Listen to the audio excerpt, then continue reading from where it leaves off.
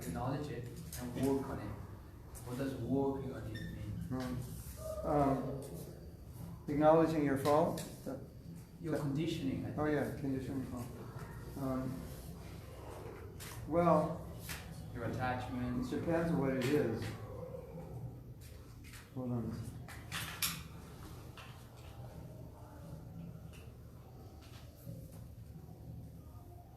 It may be slightly different for what depends what you're working on. But give me an example, because it's going to be different for different things.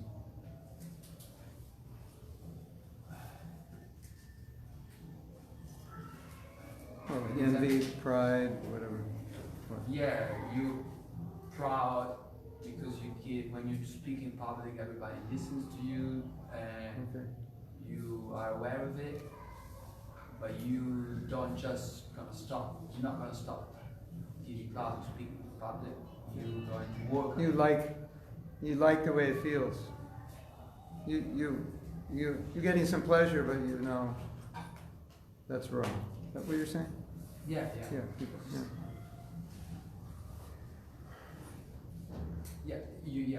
Yeah, so for that specific thing, it'll be different than lust, different than greed, different than envy. So each one's going to have a strategy.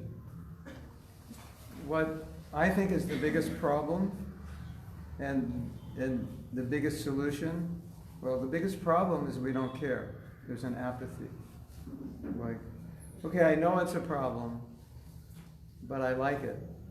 It's giving me some pleasure. It's actually, getting honor it's a form of sensual pleasure.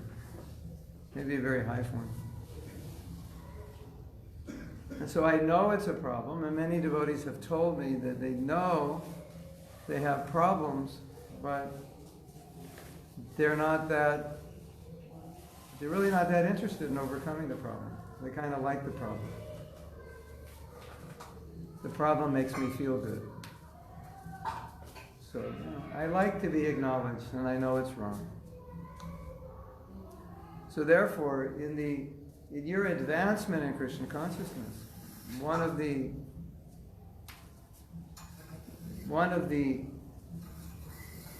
plateaus you'll reach is when you come to that point where you actually care.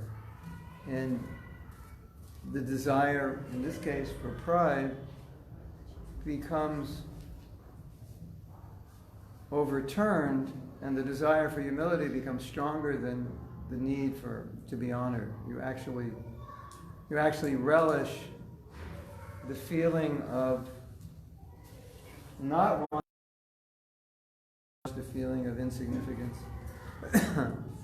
It's something that you look forward to.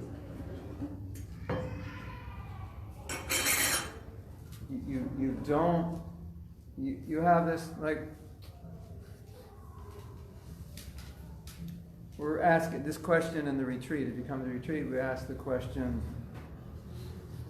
what are 3 habits you'd like to give up? What are 3 habits you'd like to have? What are 3 characteristics that are bad you'd like to give up? What are 3 characteristics you'd like to have? Questions like that. Who are 3 people you'd like to be like? Who are 3 people you wouldn't want to be like? So I know devotees who would like to be like some non-devotees who are very famous and very beautiful and very wealthy. Right? Oh, I wish I looked like so-and-so. I wish I could sing like so-and-so. I wish I had the money of so-and-so. So that's a problem. And so if that's what we want, then any opportunity, even in devotional service, to have those things, we're probably going to gravitate towards it in some way. So we want to come to the point where we say, well, I want to be like Thakur Haridas, or I want to be like Sanatana Goswami. And when we hear about their humility, we think, this is what I want. You actually have a desire to be a nobody. My ultimate goal is to be nobody, but materially the ultimate goal is to be somebody. Right? Or like, somebody's leading a kirtan and everybody's dancing, you're thinking, I want to do that. Not because I want to please the deity, but I want to be in the center. Whereas you want to come to the point, you say, I'm happy just to dance in the kirtan, and I hope they don't ask me, and like that. So until we develop that desire, then it's going to be difficult to deal with the problem, even if we recognize it, because we don't really want to give it up that much. Like if Krishna came to you and said, okay, Gandharvika, you ready to be humble? I can make you humble. And you were thinking, what's Krishna going to do? Embarrass me in front of all the devotees? Or how's he going to make me humble? And you might say, can we talk about it tomorrow? I don't know. I have to think about it. I don't know if I'm ready. That's the problem. Right? So as you progress in devotional service, you should develop a desire, or you should develop a detachment from so many things. And then once you have that desire, it's very easy. Getting that desire is like coming to the top of the mountain. Once you're at the top, then you glide down. So really, if you look at any challenge you have, I'm pretty sure you realize I have a challenge because there's something about that I like, that I'm not detached from yet. I'm still allowing myself to get some pleasure from it, and I don't want to give it up because it gives me pleasure. Does that make sense? Yeah. But acknowledging you have the problem is also a big step, because a lot of times we don't acknowledge we have the problem because it's embarrassing to acknowledge it.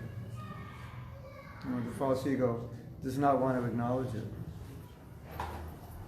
I mean, we can say, oh Prabhu, I'm proud, but that's just so no one will bother me. So, if I tell you I'm proud, you don't have to tell me I'm proud. So now I protect myself by telling everybody all my faults, so no one needs to tell me my faults because I've already told you. So I can do that just, to protect my ego. Prabhu, I'm the most this, the most that. And then we think, okay, he knows how bad he is, and we don't have to tell him. But he doesn't really mean it. So we can say that, but to actually confront the reality, that's more difficult. And then, as we're saying in the next step, to work on it is even more difficult. Just like you all know, I know you know, that when you're chanting bad rounds, you know you're chanting bad rounds. Consciously, subconsciously. When you're not trying to chant good rounds, you're not putting energy into it, you know it. So what's the problem? The problem is we don't do anything about it. That's the problem. Of course, if you're not even aware, obviously that's a fundamental problem. But once you're aware, we are often aware that we're chanting bad rounds and we don't do anything. And that's why Bhaktivinoda Thakur said that laziness, apathy, distraction is the three divisions of inattention, So apathy is a problem. I know, but I don't care. So we want to go from I know and I don't care to I know and I do care. And even worse than that is I don't care to know. That's one step lower. Have you ever been on that? Someone's trying to tell you something and you're like, I don't want that, Prabhu, I don't want it. You're bothering me. I don't even care to know what's wrong. Or Krishna's revealing from within and we just tune him out. So there's an apathy of not caring to know, and there's an apathy of once knowing, not wanting to do anything. Well, that's too difficult, I don't know if I can do it. Right? Comfort zone. Problem with the comfort zone. It's out of my comfort zone. Right? You have that experience? Yeah. So through advancing in Krishna consciousness, we're trying to come to the point of understanding the problem and wanting to deal with it, actually having a desire to overcome it. Like everybody has a vision of what they want in their life. So if you have a vision like, I want to be humble, like, you think of your Guru Maharaj and think, oh, he's like, everywhere around the world and thousands of people follow him, and it's like there's nobody there. There could be one person or 10,000. To him, it's the same. So you see that and you think, I want to be like that. Where I speak to one person or 10,000, I'm the same person. So when you come to that point, then it's much easier. Because now you want it. Hare Krishna. So whenever you're struggling with a problem, you have to ask yourself, well, actually, do I really want it? Now, there's an interesting thing that we're going to teach in the workshop. But just in case you're not coming, just in case you're one of the few unfortunate souls who are not coming. There's something very interesting. So we'll use the example Shyam Gopal's giving of pride, or not wanting to be humble, right? Now, the Shastra says we should be humble. The Shastra says we should be so many things.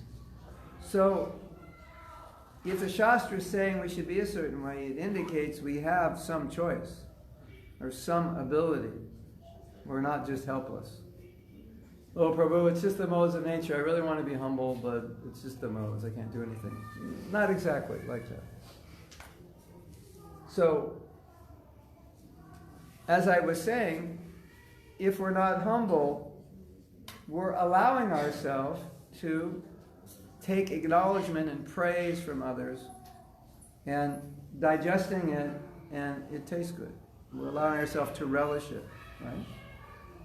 So, you could internally make a commitment to not allow yourself to do that. Like whenever you could just commit to yourself, whenever I get praise, I just think it's the mercy of Prabhupada, my Guru, and I pass it on to them.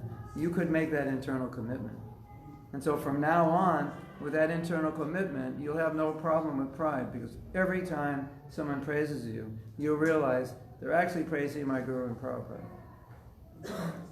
And if we become proud when people praise us, it's because we have another commitment. We're committed in some way to not doing that, but to getting some of the glory. Right? Does that make sense? You may not want to admit it, but I can guarantee it's true. And you think about your life and any challenge you have. You may not realize this, but in some way you've agreed to allow that anartha to continue in your life. Because you could make a different agreement, you could say contract with yourself. Think about any problem. Let's say you're not chanting 16 rounds, but you'd like to. So you have an agreement with yourself that it's okay not to chant 16. Basically, right? Or if you're chanting 16, you have agreement that I should chant 16 every day.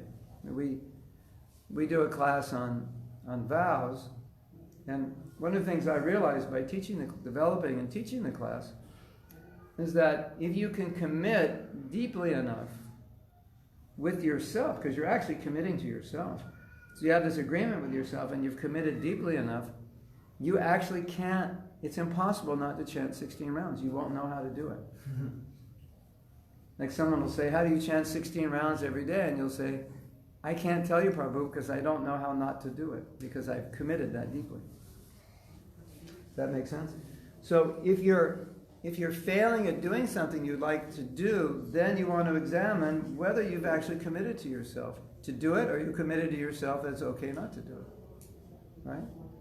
So I think this is a good example with pride. It's just, what are you committed to? Reflect on that, and what would you like to commit to? And then you can be doing something, there's 10,000 people giving you a standing ovation, and you're just thinking, Krishna, you're like so merciful on me. I'm such a unqualified person, but you put the words in my mouth, thank you so much, and I just want to serve you, and please empower me like this so I can help more people. That's all you're thinking. And you walk off the stage in the same mood that you walked on, and you walk off the stage in the same mood. If everyone booed at you, terrible, threw rotten tomatoes at you, you're still in the same mood. And because you have an internal agreement with yourself, an internal commitment. So anything you're challenged with, you have to make a commitment. Okay, I'd like to get up early, but I don't. So that means you're not committed. You have an agreement that it's okay not to get up early. You don't realize you have that agreement. But we all have agreements, or we could call them rules or beliefs, whatever you want to call them, contracts with ourselves. And you can see it. Like sometimes, maybe you're a staunch devotee and you go to Mangal Arati every day. One day you go to bed late, or you're a little tired, and you tell yourself, I think I'm not going to go tomorrow morning. You just made an agreement with yourself not to go. Or you're tired, but you make the agreement and say, even though I'm tired, I'm going to go. So we're making these agreements and contracts with ourselves, and we don't even realize it. I'll give another example.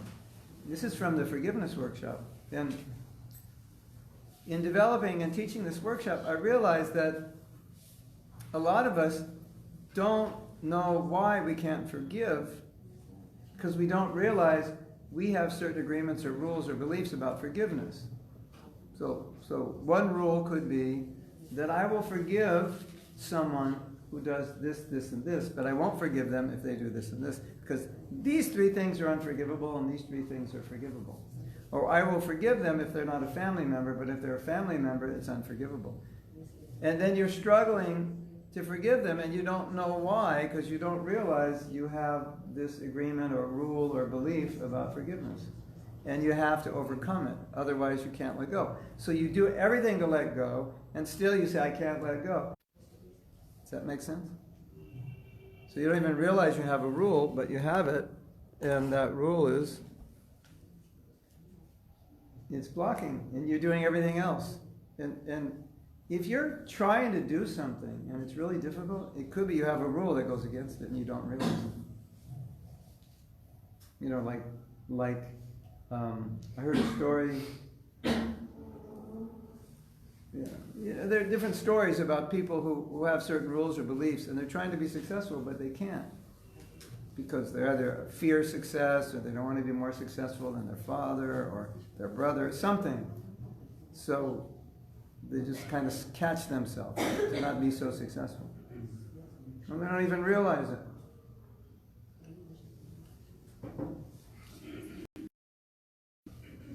Does that make sense?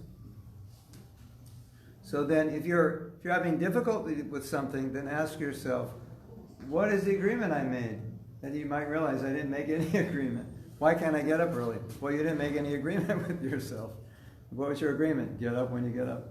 Or get up at 6, or, it's okay. It's okay to get up at 6. It's okay to chant my rounds after Guru Puja or after class.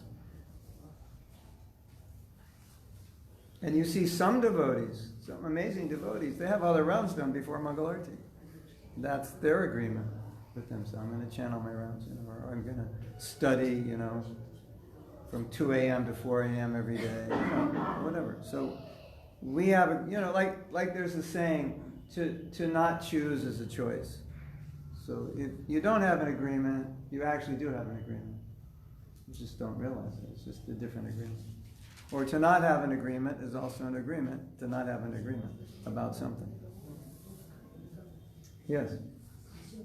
I heard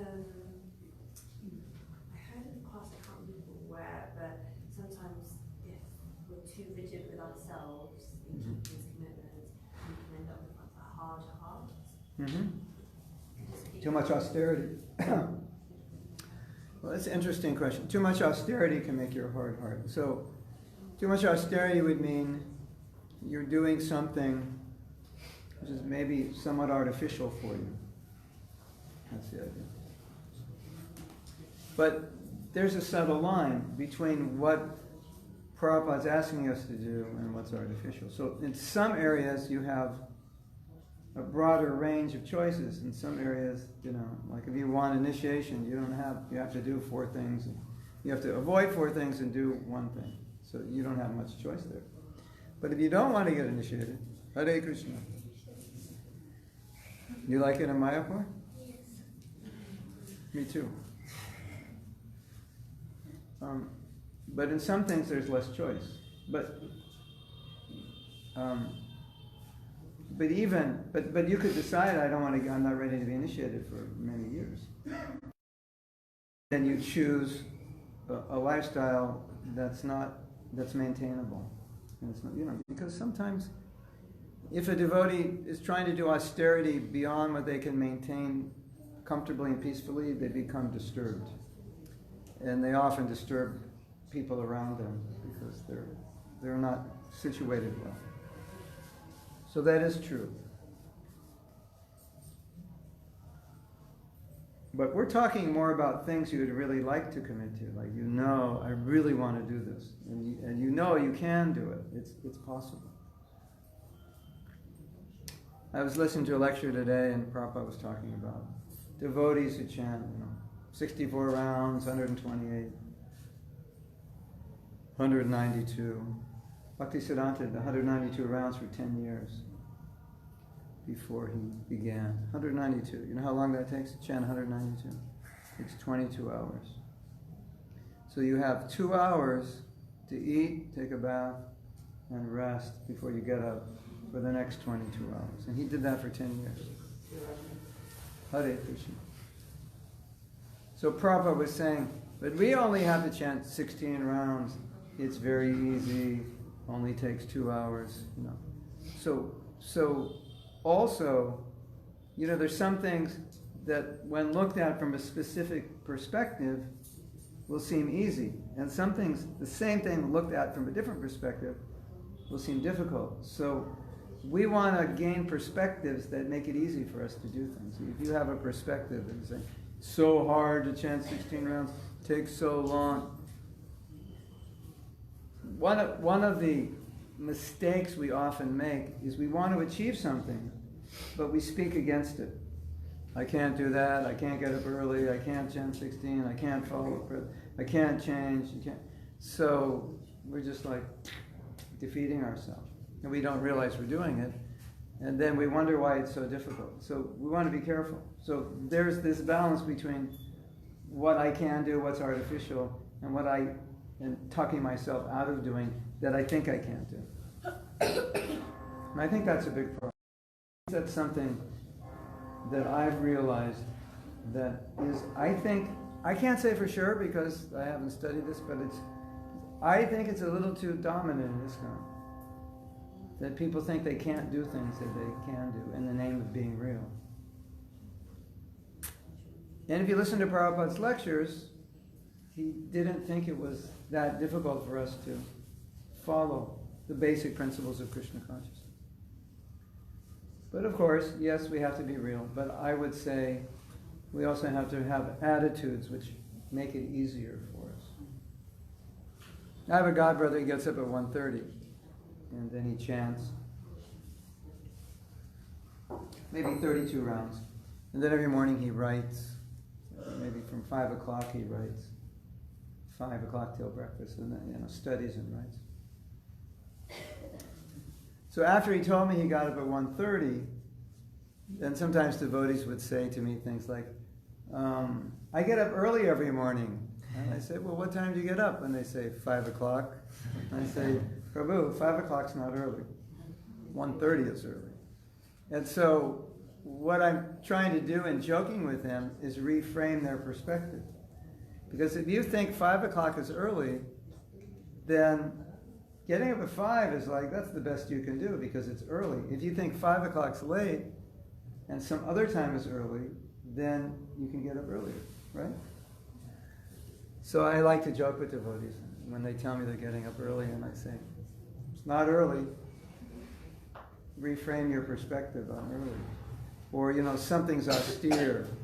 And reframe it. It's not that, a lot of things we think are austere, not really austere. Reframe it. It's not that austere. So that's important because if you think something's difficult, it becomes difficult to do. Right? You know what fear is? Fear is just the belief you can't do something. And usually it's something you've never tried. So when you have a fear, you're thinking, this is difficult.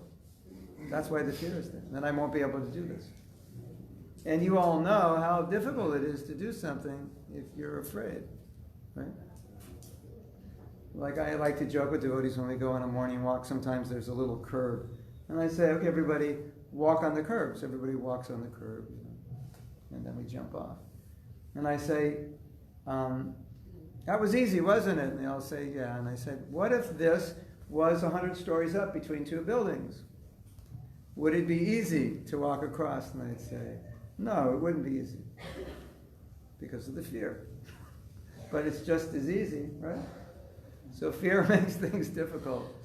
It makes things appear difficult. And so fear is the belief that I may not be able to do this, or this is going to be difficult. So what's really, really important for us is to discover if there's anything working against us to achieve what it is we want to achieve, like a fear or a rule, a belief, an agreement, something negative about that thing, that I don't like it, I can't do it, it's not real, it's artificial. Okay, maybe it's difficult, maybe it is artificial, but if you want to do it, you're going to have to reframe it. You want to, right? Have attitudes which will help you. Now, it doesn't mean we can do anything, for sure. We all have natures, right? And we have to be realistic about our nature. But within the parameters of what we think we can do, generally we can do more than we think. And so we have to decide what's healthy and what's not. But I would always first recommend lining up all your attitudes and your thinking and your words and everything. Because a lot of times you're working against yourself and you don't realize it. Right? Yes?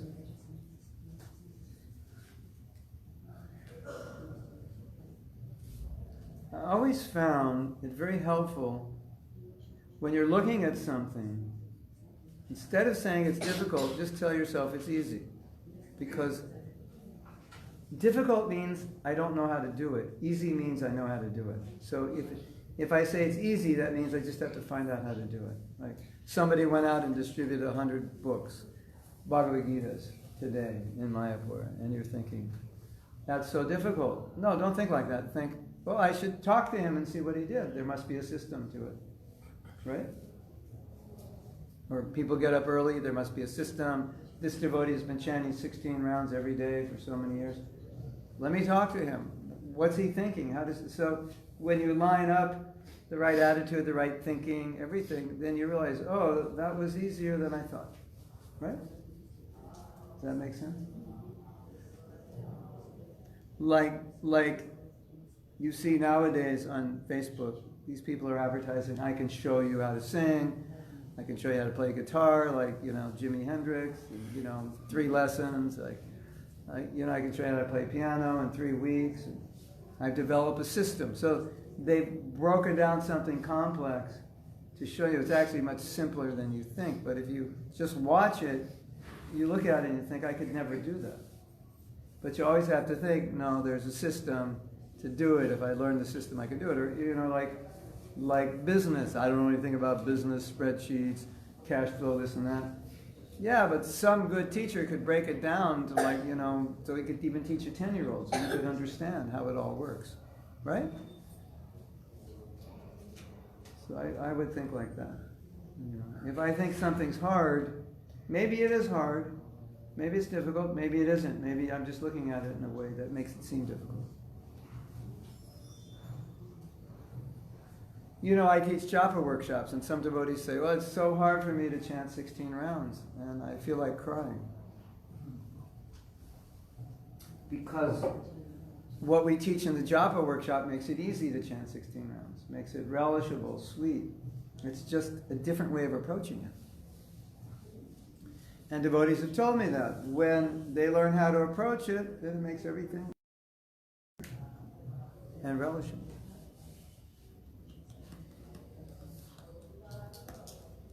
Right?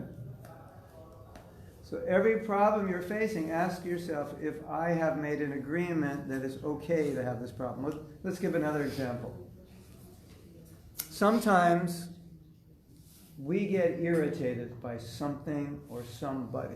We get upset, we become intolerant, we become angry, we say something nasty. Right? And so I'm saying, you have an agreement with yourself that it's okay to do that. That's why you do it. And if you make an agreement with yourself that it's not okay to do that, you can actually change. It's not okay to abuse people like that if they make a mistake. I get easily upset when people make mistakes.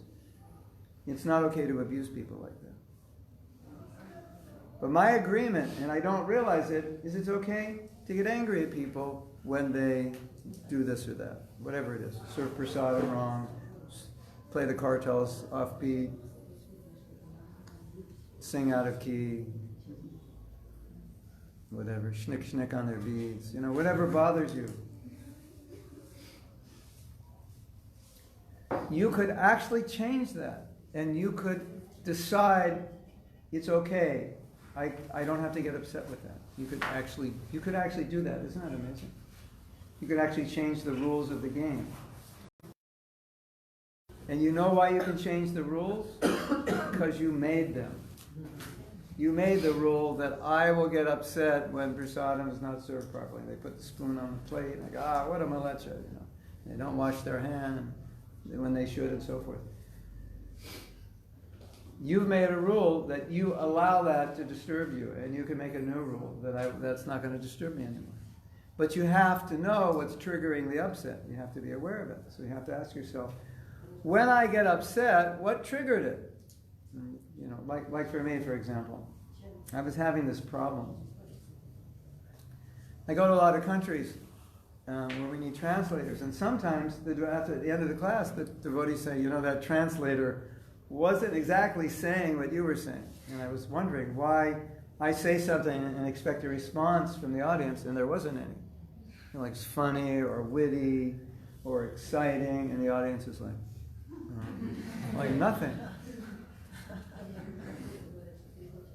Or sometimes I'm talking and they start translating and they say, could you say that again?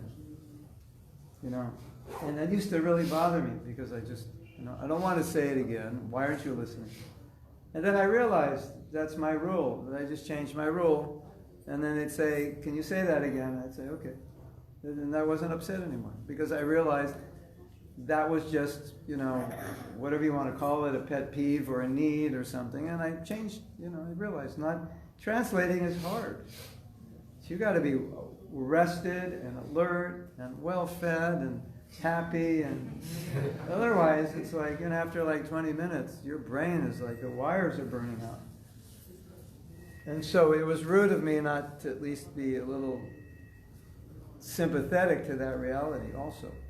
But aside from that, without even being sympathetic, just deciding this is wrong, it's not a good way to treat a person, to be upset when they're trying their best. So that I said, okay, rules changed. Translators can mess up a little, and translators can ask me to repeat what I said occasionally, and it's fine. And I know it sounds easy, and you know why it sounds easy? Because it is. And I would like you to prove it to yourself and actually do it.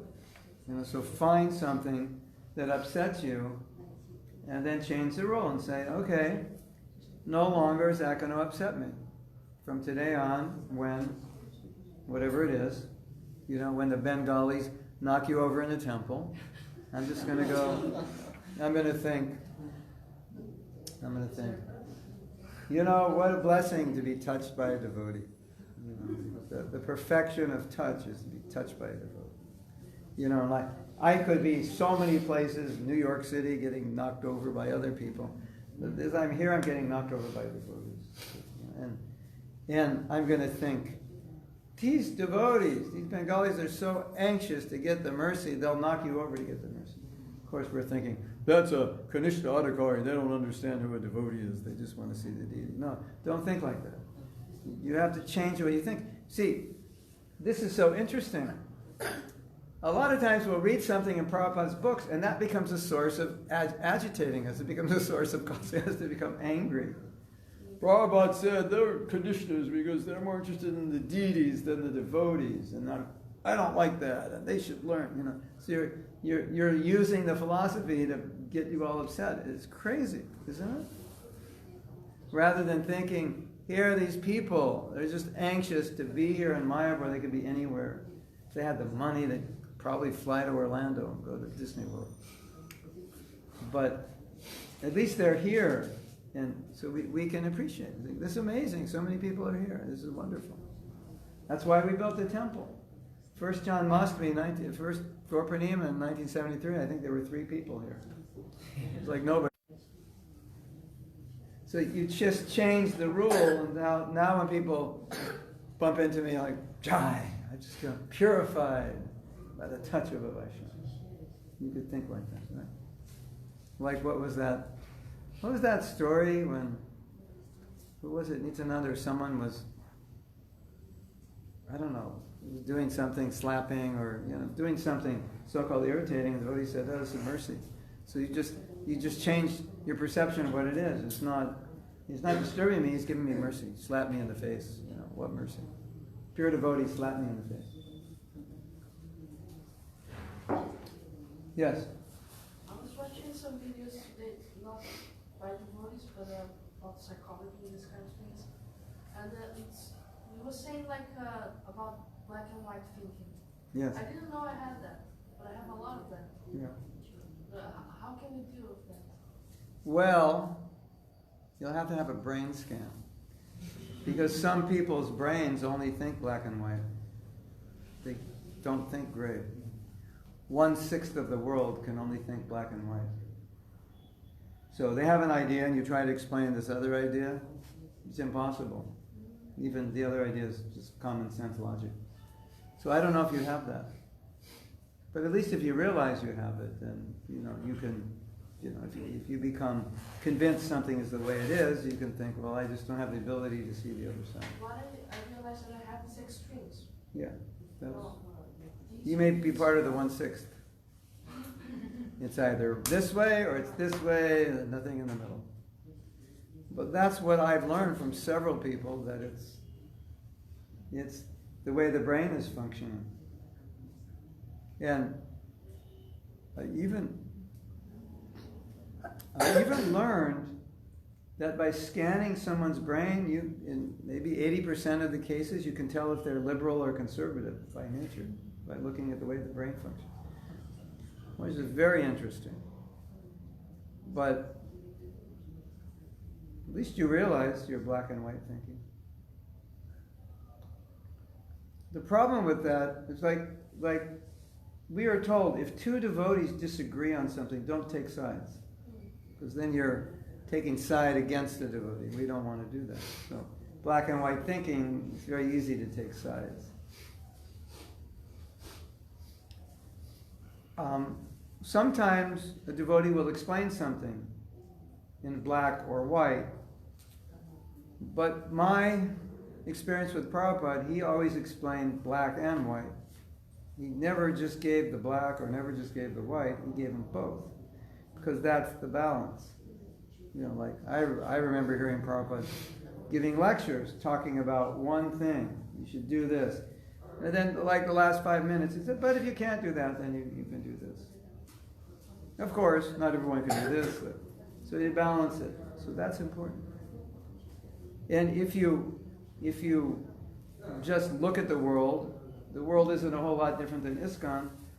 Some people like Trump and some people don't. Some people hate him, some people love him. Devotees included. Some love him, some hate him. And the ones that love him cannot figure out why anyone would hate him. And the ones that hate him cannot figure out why anyone would love him. And so amongst devotees, some devotees are for this and some devotees are not for that. And the ones who are for it can't understand why the ones against it would be against it. The ones against it can't understand why the ones for it would be for it. But a more balanced approach is try to understand. You may not agree, but at least understand. You know, whenever you say, I just can't understand, red flags should go off in your mind. That means something, there's something you need to understand. I just can't understand why anyone would be for women Diksha Gurus. It's totally against Varnashram, street. I don't understand the philosophy.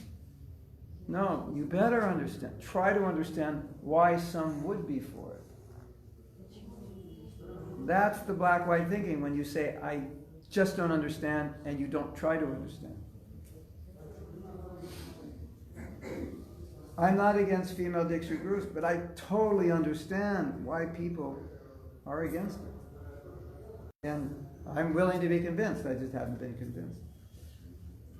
But I totally understand, I've read everything, and I think that's fair. And if you're going to write an article for or against it, you should at least present both sides and then deal with it. Don't just... See, a lot of times when you're black and white, you only present one side. And you don't present anything Prabhupada said against it. You only present what he said for it. And that is unfair to the reader, because you're not giving a balanced presentation. You can say, Prabhupada said this, so it seems this is the conclusion. But he also said this. Let's try to understand why he said this. Because he also said something that contradicts what I just said. So let's understand why. Perhaps this, perhaps that. At least you bring it up and you talk about it. But black and white thinking is you only bring up one side. That's not fair. It's not proper journalism. And even if you give a class and it's like that, it's not fair either. Because you need to balance both sides. If I give you a class and I just say, this is it. It's just this, it's nothing else. And there are things Prabhupada said to the contrary of what I'm saying, it's unfair not to present that and discuss the context and why he said that and why I believe it doesn't apply in most contexts today in ISKCON. At least I should do that, rather than not mention anything. Right? So, at least, not just for you, but for everybody. When you say, I just can't understand, that's a sign you need to understand. And it's a sign that you're shutting down or you don't have the capacity to understand. Instead of saying, I just don't understand, say, I need to understand. I don't understand, but I need to understand, because this doesn't make sense to me, but it makes sense to a lot of devotees, so let me try to understand. And then a lot of times you'll understand the logic and the context, but you won't agree with it because it's not your context. Right? But you'll understand it. Or it's not the context that you believe Prabhupada wanted. But you'll understand their context, and you'll understand that there is a place for that context. You just don't want to see that context take over ISKCON. You just want to see it in its place. So then you can agree and say, yeah, I agree with this also. I personally don't want to live this way, or I don't think we should understand everything this way, but I understand them. That we have to do that. Otherwise, we're going to have a very fractured society. Right? And this is a real challenge. And this is what's happening today. With the female Diksha Guru, it's the most divisive issue that has ever faced ISKCON. And it's 17 years. And it's been passed twice by the GBC, and now it's been reneged again. Again? Yep. I thought it was already... No, it's like you what do you call it when you lose a case and then you try it in a higher court? Appeal, yeah. It's being appealed again because there's so much pressure. Yeah, I just found out like yesterday or 2 days ago. Breaking news. I don't even know if I'm supposed to tell you, but it's too late now. But yeah, so that is still going to be discussed because when the GBC passed, then the Indian Bureau, which is opposed to it, said, we want to meet personally with the GBC to discuss it. We want you to hear our arguments. And then a devotee just published a 120-page paper in refutation of their arguments. They published a book against female Diksha Gurus. He just published it. I haven't read the paper. It was sent to me. So this is all, This is real life, real world ISKCON. This is just one issue. There's going to be a lot more of issues. But you know what I think is so funny?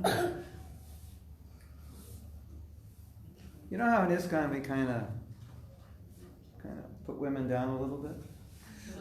But now they're in the center of the whole controversy. You know, everybody's talking about women. Should they be guru or not? And I find that funny. Like a paradox, you know. And I have an intuition that Prabhupada would say, because men are not supposed to think about women. Now we're all thinking about all these women, we don't want to be gurus. So, you know, it's kind of funny. One sannyasi was telling Prabhupada, there's so many grihastas, they live near the temple, but they don't come to the temple for Mangalarti. And Prabhupada said, you're a sannyasi, you don't think about grihastas. So, you know, if you're not supposed to think about women, now everybody's thinking about this issue. You know, I mean, it's on the mind of a lot of people. They think about it every day.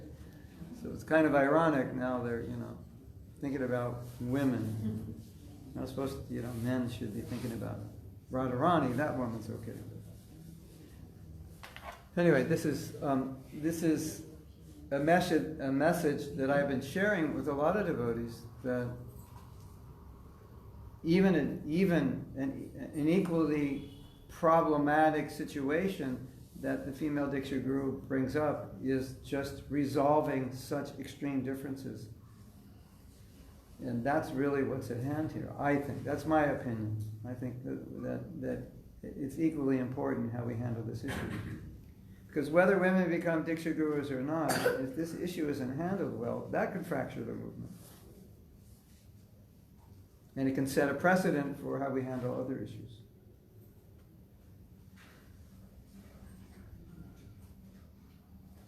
Because definitely, we're going to disagree. There are going to be many things that in our society we disagree on. We're going to have to be able to live together with it and try to understand. Maybe I don't agree, but at least try to understand.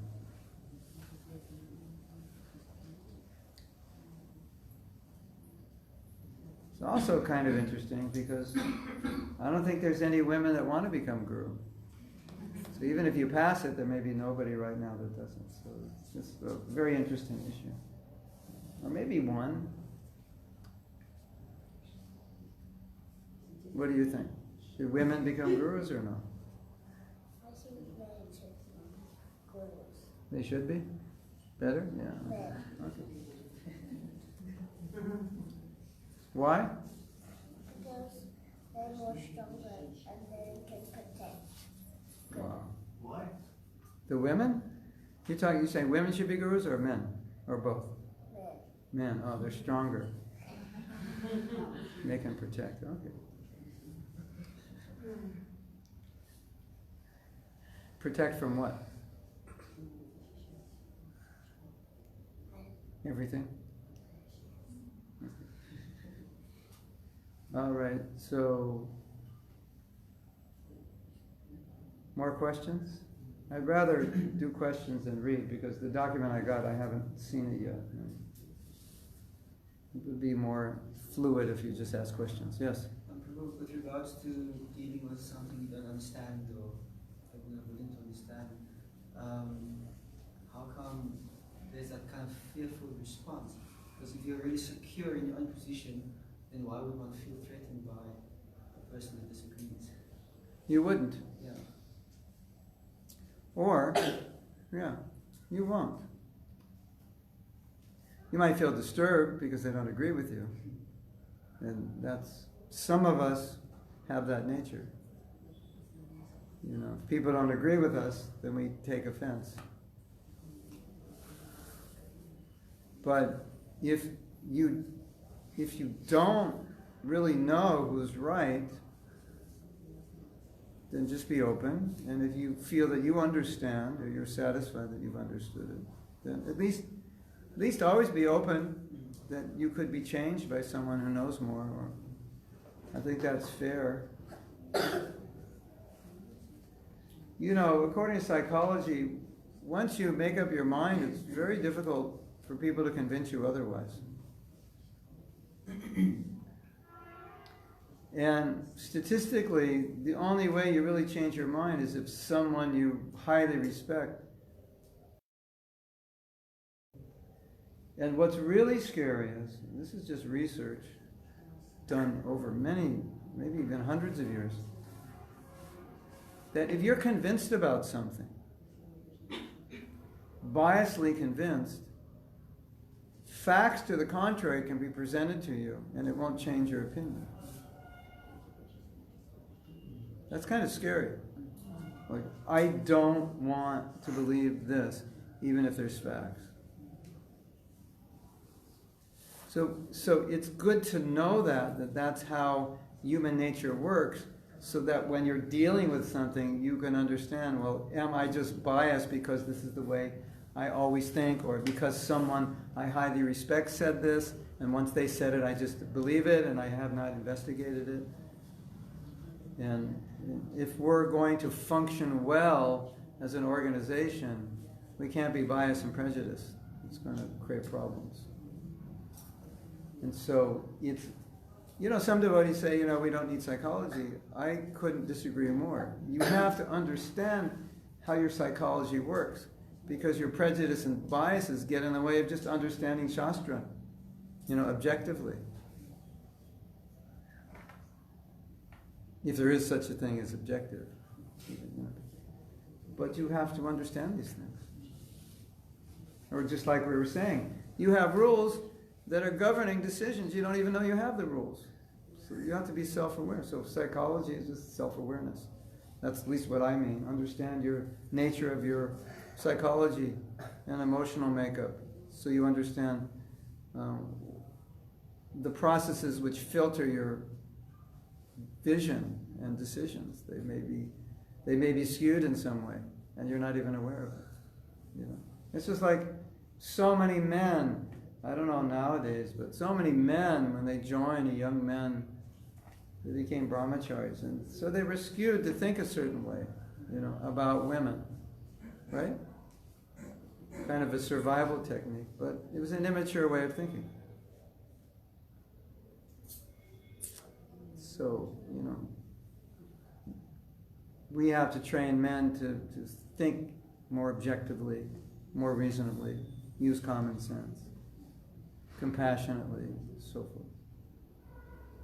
We were saying the other night, it's like sometimes you read something that Prabhupada says, and then you go out and do something Prabhupada never did,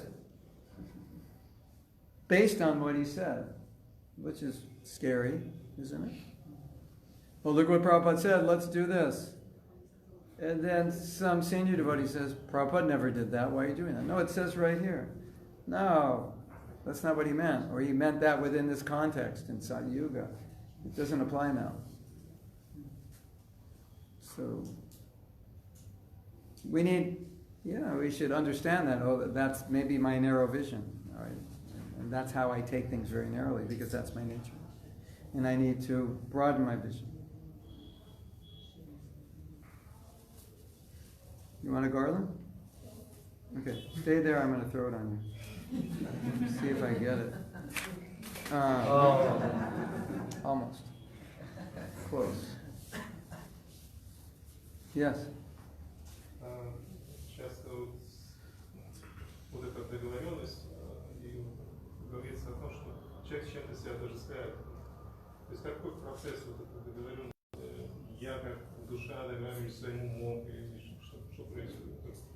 Кто с кем договаривается? What is the process of this agreement? Who is making this agreement? Mind, his soul, or what is this agreement about? You're making it with your mind. Just like we had that song Bhaja Hudemana. So, in many other cases, devotees reasoning with his mind. Mind, think this way, don't think that way. So you, as a soul, are above the mind, so you're directing your mind. Let's make a new plan. Try it, see how it works. Like, you're upset about something. But you can make an agreement that I'm not going to get upset about it anymore. And we often do this, when there's like a situation, we're trying can't do anything, at some point we change, right? Make a new agreement. Okay, I'm not going to do anything. I can't do anything. Right? You've done that before? Given up on trying to solve a situation you can't solve. So you made a new agreement. I'm not going to try to change this anymore. So who did it? You made a pact with your mind.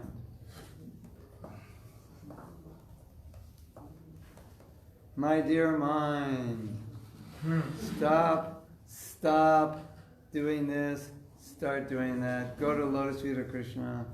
Don't go be like a fly going after the stool of fault finding. Be like a honeybee and go after the honey of glorifying the devotee. There's so many prayers and songs like that for the devotees, just reasoning with his mind and then directing his mind. Right? Manasiksha, instructions to the mind. It's all reframing how the devotee wants to think, how he wants to be, the attitudes he wants to have. Right? Yes. Грубое тело, с ним тоже, бывает тело, оно не слушается, не хочет что делать. С ним тоже надо договориться. Тоже часть. Sometimes the gross body doesn't want to listen to do something. Is it also some agreement we have to do with it? Sometimes the gross body doesn't want to listen and Doesn't want to do any doesn't want to do it. Yeah. function. That's called the mode of ignorance.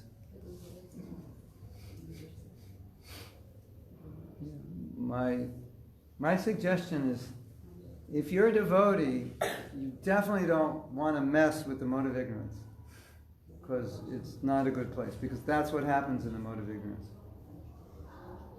So you want to be as sattvic as possible. And part of sattva guna is pushing yourself when you don't feel like it. Like Krishna says, determination in sattva guna is unbreakable. And determination in the mode of ignorance, it never manifests. It's just a thought, I should do something, but it never happens. And determination and passion is you only do it if you like it, or it's got some immediate benefit for you. So let's look at Arjuna.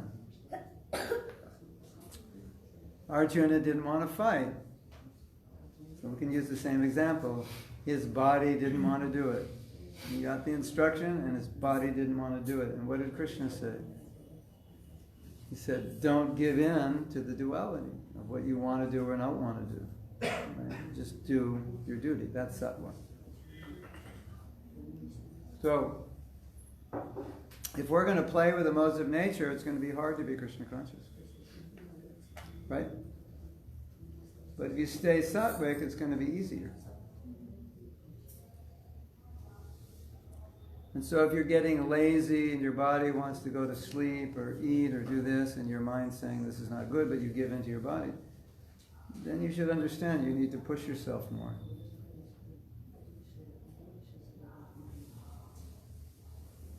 Because the mode of ignorance is dominating.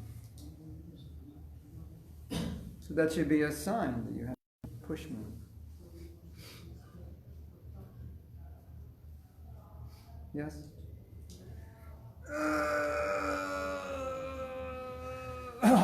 You're pushing yourself. You don't. This thing's heavy, right? It's burning your arms. Your arms are burning and you're lifting it. It's just painful. But you're doing it because it's good for you. Well, maybe it's not good for you, but theoretically, you're doing it because it's good for you. Not because it's fun.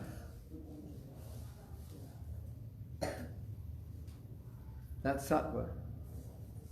When your alarm goes off and you get out of bed immediately, that's sattva.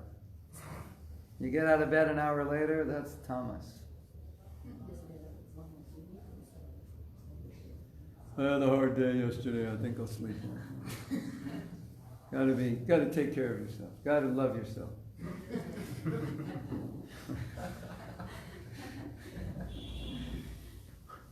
There was this guy, military general, he gave a speech at a college graduation.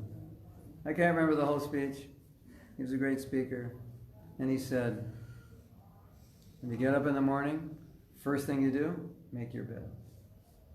Because there's discipline. And he said, if you do that, your whole day will be disciplined. So you have to think like that. You know, if you start in sattva, then you've got sattva going. But if I can't get out of bed. Then you get out of bed and you wander around for an hour trying to get ready. Your whole day is, you're just allowing tamas to overcome you. And your whole day is now a battle. Whereas if you start in sattva and create that, then your day is easier. Then you're in control. So here's the big question, ladies and gentlemen. Who is in control of your life? You or Maya? And the only person who can decide the answer to that question is you. Prabhupada said, even when you're liberated, you're controlled. Now you're controlled by the internal energy. You'll always be controlled by Maya or the Sarup Shakti. So you have to decide, who do you want to be controlled by? So you can decide who you want to be controlled by. Hare Krishna. Is that okay? Sometimes they give answers and I get the feeling it wasn't the answer you wanted to hear. Because it means you have to work. But anyway, yes. Someone had a question? Yes. How do you know when to push yourself, or when that becomes black and white and like you have to push yourself and then it may become counterproductive? Yeah. Well, I think you answered the question. When it could be counterproductive. But it's the same thing I said to her. It may be, okay, let's say for a start, don't push yourself to a point that is counterproductive. But then my next question would be, is it counterproductive because the way you're dealing with it? Maybe you're approaching it the wrong way. Maybe that's why it's counterproductive. Maybe you're understanding it wrong way. Like 16 rounds could be counterproductive for someone who's not ready for it. But then I would say, well, let's get you ready for it so you can actually do it well. So it's hard for me to answer in general because I need to know a specific situation. But we all need to understand ourselves to know by nature what we can do. Let's say you're a teacher by nature. I'm not talking about sadhana now. Let's just talk about your nature. You're a teacher by nature, and they want you to do something that's not academic at all, and you feel uncomfortable. And it's burdensome and difficult, and you're not inspired.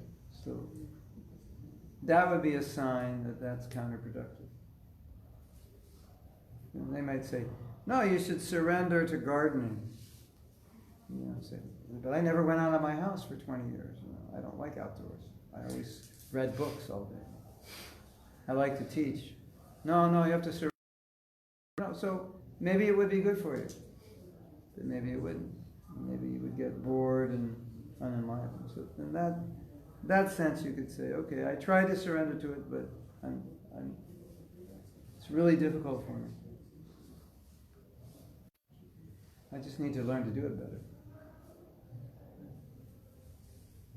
So it's hard to say because I would need to know specifically what you're dealing with. And you may need some mentor to help you.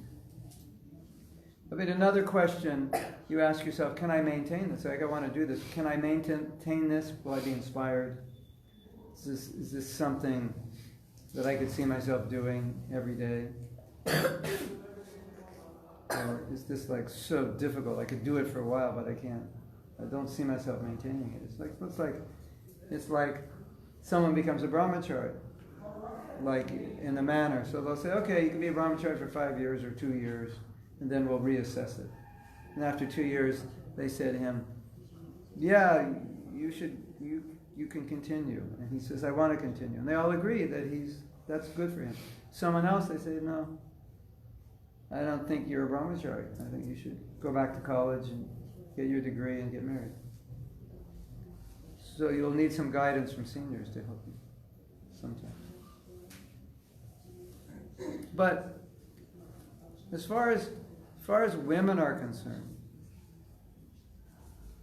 in general, by physical constitution, women, they are happiest when they have a home and a good husband and children. That's for most women. So if you become a devotee and you think, some women think, well, I really want to have a family, and they feel guilty. They think, well, there's something wrong because I should just be on the street selling books the rest of my life. Right? So that's just a misunderstanding, that you would even have to think like that, because that shouldn't even come up. But I've seen many women think like that. It's like saying, Prabhu, what's wrong? I feel really guilty. Well, I ate today. I shouldn't eat. It's wasting temple money. I could exist on one meal every 3 days if I had to. And we would think this devotee is crazy, right? So a woman says, thinking about getting married, I must be in Maya. No, this is kind of normal. When I was a Sankirtan leader, I think it was 1979, I was in Los Angeles, and I was Sankirtan leader. I had like 25 men going out. It was great. It was a great service. And it was a great time, and have amazing kirtans, and travel all over. And the whole time, I would just think, I would like to be in Mayapur teaching. That's what I would think the whole time. That was my thought. Because it was my nature. Sankirtan, of course, we all do it. It's preaching. My nature is to be a preacher also. But I love to teach, and that's what I would meditate on. So was anything wrong with that? No. Maybe circumstantially in that situation, because they needed me for that service. But in the long run, no, that's just my nature. Why would I be thinking of teaching in Mayapur if it wasn't my nature? So it was just, and here I am. 31 years later. No, in the late 90s, I was in VIG in Vrindavan teaching. So finally I made it to my dream. Does that make sense? So some things are just your nature, and you shouldn't resist them. That would be bad for you, and you'll know it's bad for you because it won't feel right. And I think the last thing I would say is, we can't say you can always rely on your gut feelings and intuition, but we can't say you shouldn't, because sometimes it's right on. And sometimes it's just, you're a new devotee and you don't know, and you're feeling things which are just coming from Maya, but sometimes it's not. You're feeling the right thing. This is what I need. This is what inspires me. So you discuss that with seniors. Yes, someone had their hand up. Sham? Yeah, so thank you for your talk. I find it very, very inspiring.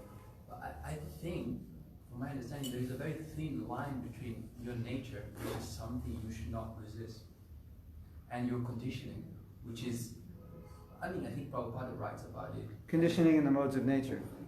Yeah, conditioning in what you like, you just do what you like. In the temple, my mentor says, yeah, you can't just do what you like. Or, for example, your conditioning is, yeah, you like that, but you're just doing it for Krishna just because you like it. So it's all about you. It's not about what Krishna wants. Could be. So, but, yeah, okay. The one to the other, or your nature, your conditioning? Well, the first thing is, Krishna uses the word swabhav. Swabhav means your nature. He doesn't say do what you like, he says do it according to your nature. And then he tells Arjuna, even if you don't do it, it's your nature. So I think you have to, it's like, I remember, and people have told me, they'll say, I'll meet people that knew me when I was a new devotee, and they'll say, you told me this, and you told me that, and you had this realization. And I realized I was like, ever since I was devotee, I was always sharing my realizations and teaching, It's like, swabhav, it's my nature. So it's like, even if the temple president said, don't do that, I don't think that's possible, because it would just happen, right? It's like, you're a musician. So when you're walking around Mayapur, you're probably singing. It's just because that's what you do, right? You sing, isn't it? You walk around and sing. So it's like, don't sing. It's not. You shouldn't do that. It gets in the way of your service. You know, you'll do it. Now, whether that becomes your primary service and your primary responsibility is another thing. But there's another way of looking at it. There are many ways of looking at it. One way of looking at it is your nature is your gift, and usually your nature is what you like to do.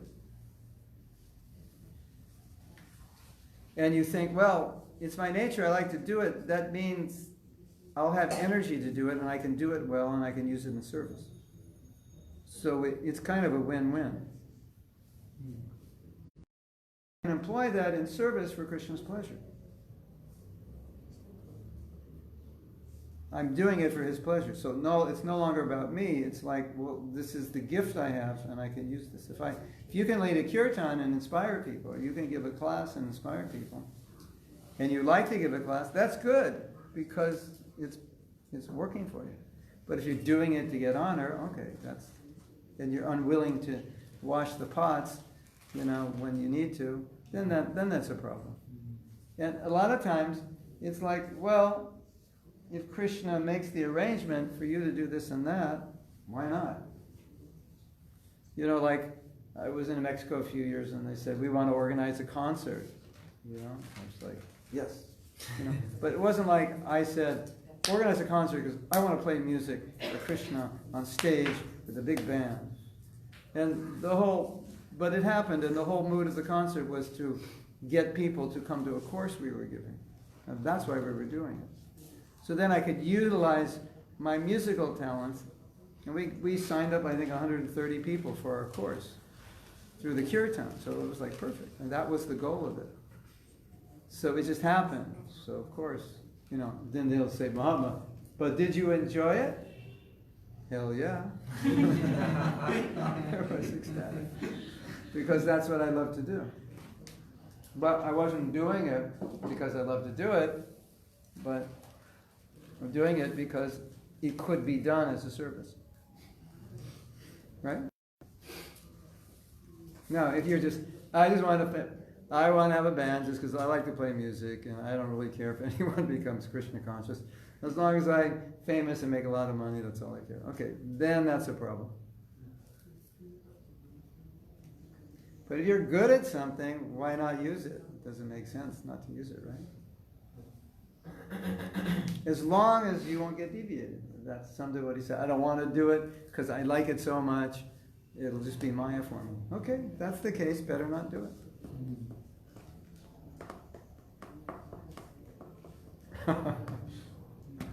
Maybe when you're older devotee, you can do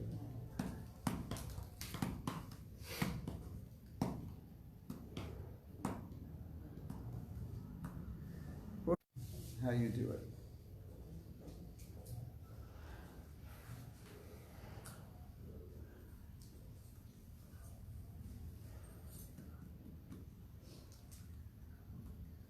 Yes. I was meditating the other day during the Japan walk. You were saying that everybody will go back to Krishna, right? Like, eventually. And we are all individual souls. And I was thinking, how about the Leelas? Because it will not repeat, or Krishna will create more Leelas so everybody can be part of it? Spiritual world is not like the material world, so no problem. We can all go, there's room for all of us, plenty of leelas, plenty of prasadam. Sometimes when these questions would be asked to Prabhupada, he would just say, you're thinking of the spiritual world like the material world. Well, if there's unlimited souls, how can they, like unlimited souls, engage in? Yeah. Anyway, you'll be fine. Don't worry, when you get there, everything will be fine. There's a place for you, you'll have a number, and you'll have a room. You'll have a service, your prasadam will be there. But you won't have to work.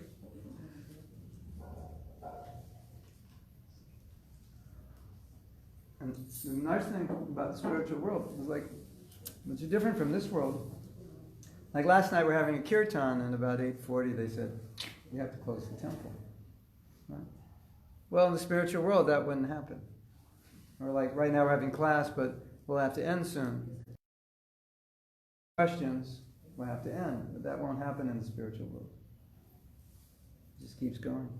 And everybody has time, because nobody's working. And time is free and it's endless. So it's like, if I were you, I would do everything I possibly could to get there as soon as possible. Because what's going on down here, not so great. Is it? Yes? Получается, что не всегда, что то, что является твоей природой, может нравиться. Например, природа, вечная природа души — это служение Кришне, и, по идее, это нравится, но многие, которые находятся в материальном мире, не нравится. Если они ощущаются, они начинают делать. И казалось бы, кажется, что то, что тебе нравится, это является твоей природой, но по факту не так. It seems like what I like, it's my nature. Yes. It's not always like that, like for the... Yeah, right. For the soul, it's natural to serve Krishna, but it's not always like... Well, your body has a nature and the mind has a nature, and so you use that nature to serve. Yeah, we don't, like Sham Gopal's question, someone said, well, it's my nature to eat, sleep, mate, and defend. That's not what Prabhupada's talking about. That's conditioning.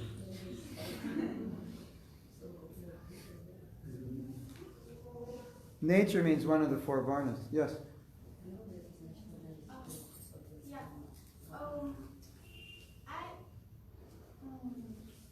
Before, some years ago, I was doing everything like normal, regularly, following my rounds, everything. But over the years, I started facing some problems with my health or some difficulties in life. So everything is becoming harder. I still do my best, but sometimes I don't get to do, for example, my rounds. And I feel very, very frustrated. Even I try my best to wake up earlier, but I feel like I'm going too slow. Is that mode of ignorance? Because it's part of being sick or being something like that. Well, if you're sick, generally, okay, let's start with the absolute answer. Like the answer you should give, or the answer you should give on a test. Sometimes when devotees ask me questions, I say, here's the answer you give on the test, and then here's the answer also that may relate to a particular challenge someone's having. So the answer on the test is 16 rounds, if you're initiated, 16 rounds every day the rest of your life, no matter what. Sick, not sick, happy, sad, good, bad.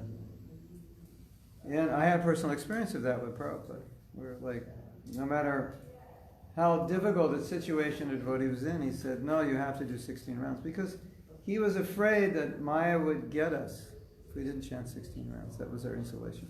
So he really pushed it. But sometimes someone's health is so bad that they can't.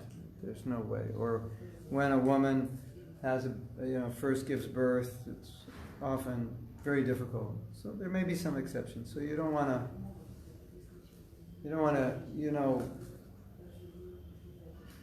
become too sad or depressed about it. But at the same time, you should try as much as possible.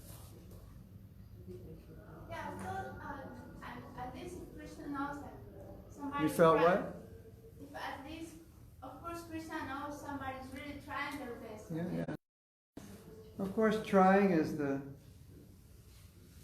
good, but doing it is better. At least that's what Prabhupada said.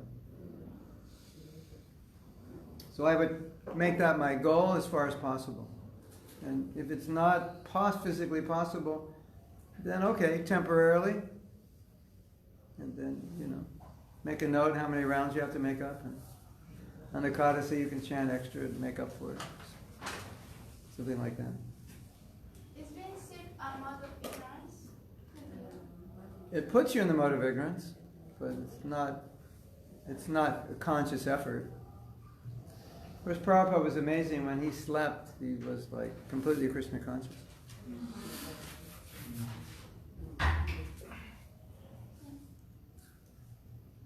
You know, if you're sick, just try to get better. Deal with it as best you can.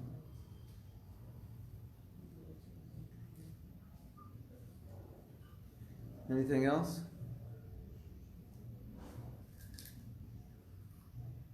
Okay, so tonight, if you'd like, there's kirtan, and I'm going to be chanting at 7:30. That'll be the last kirtan. The kirtan's been going on since 6.